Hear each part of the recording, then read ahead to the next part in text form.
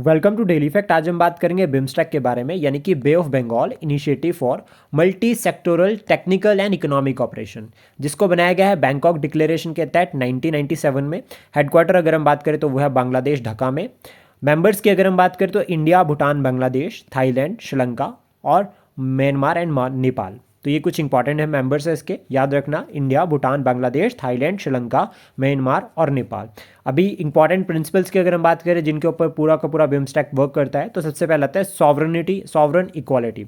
उसका territorial integrity, political independence, peaceful coexistence और mutual benefit, यानी कि एक तरह से दूसरे की टेरिटरी में इंटरफेयर नहीं करेंगे, एक दूसरे को सपोर्ट करेंगे और रीजनल डेवलपमेंट को प्रमोट करेंगे। रीजनल ग्रोथ का टारगेट यहाँ पर है और सबको एक साथ लेकर साथ चलना ही जो है वो बिम्स्टेक का टारगेट है।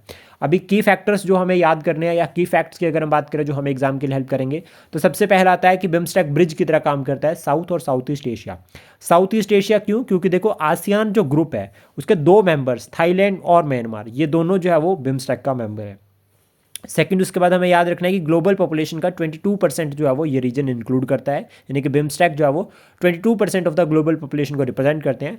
प्लस ग्लोबल जीडीपी की अगर हम बात करें तो 3.8 ट्रिलियन जो है वो बिम्स्टेक की जीडीपी है। तो यानी कि अगर हम ग्लोबल लेवल पर अगर हम बात करें तो उसमें से जो है वो $3.8 ट्रिलियन जीडीपी जो है वो किसकी है? बिम्स्टेक मेंबर्स की है। और यहाँ पर एक बैलेंस्ड अप्रोच को लेकर चलते हैं, क्योंकि यहाँ पे दो कंट्रीज जो है वो डेवलपिंग कंट्रीज है इस टाइम पे, एक थाईलैंड और दूसरा इंडिया। आई होप जो इन्फॉर्मेशन हमने डिस्कस किया ये आपको एग्जाम के लिए हेल्प करेगी। Thank you, please support, share and subscribe daily fact.